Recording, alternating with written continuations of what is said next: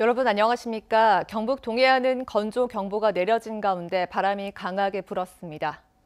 아침 최저기온은 8도에서 20도였고 바람은 초속 10에서 15m로 강하게 불었습니다. 울진과 영덕에는 약한 비가 관측되기도 했습니다.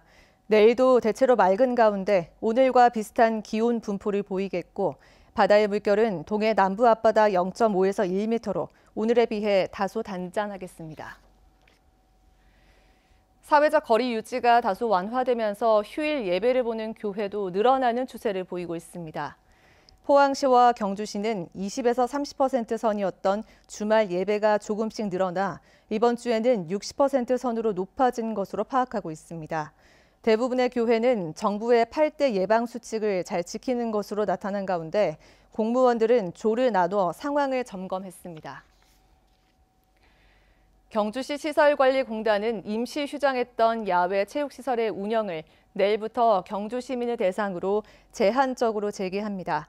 개방하는 야외 체육시설은 시민운동장과 축구공원 5, 6구장, 게이트볼장, 베이스볼 파크 등입니다. 실내 체육시설인 국민체육센터와 실내체육관, 씨름장 등은 코로나19 상황이 안정될 때까지 휴장을 지속합니다. 울진군과 영덕군도 코로나19 사태 이후 운영을 중단해온 야외 공공시설을 단계적으로 개방합니다. 울진군은 엑스포원과 실외 공공체육시설을 개방한 데 이어 내일부터는 후포 등기산 스카이워크를, 다음 달 1일부터는 나곡 바다낚시 공원도 개방하기로 했습니다. 또 공설시장 7곳에 대해서도 오는 27일부터 외부인의 노점상 판매를 허용하되 외지인이 많이 찾는 죽변항과 후포항에 대해서는 특별관리지역으로 지정해 방역 소독을 강화합니다. 영덕군도 내일부터 야외 공공체육시설 9곳을 영덕 군민에 한해 한시적으로 무료 개방하기로 했습니다.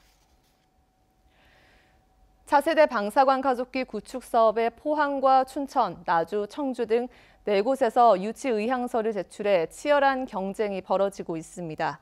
경상북도와 포항시는 기존 시설과 가속기 건설 경험, 그리고 운영 인력 등으로 볼 때 객관적으로 포항이 가장 앞선 것으로 판단하고 있습니다.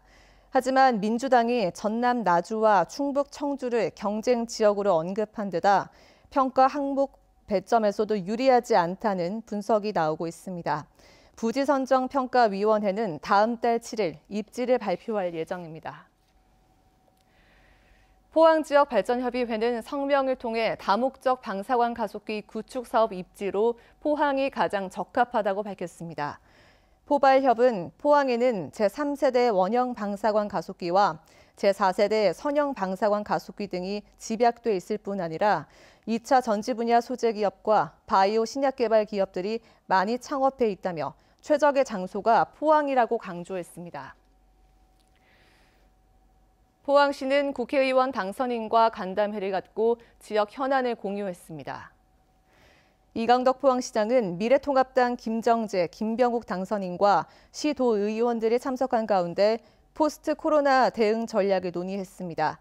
특히 지진특별법 시행과 다목적 방사관 가속기 유치, 영일만 대교 건설, 의과대학 병원 유치 등 주요 현안 토론을 갖고 당선인들의 예산 확보 노력과 협조를 당부했습니다.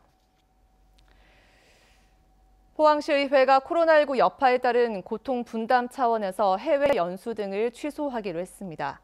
시의회는 공통경비 5,700만 원과 국외 여비 전액 등 1억 5천여만 원을 자진 반납하기로 했습니다.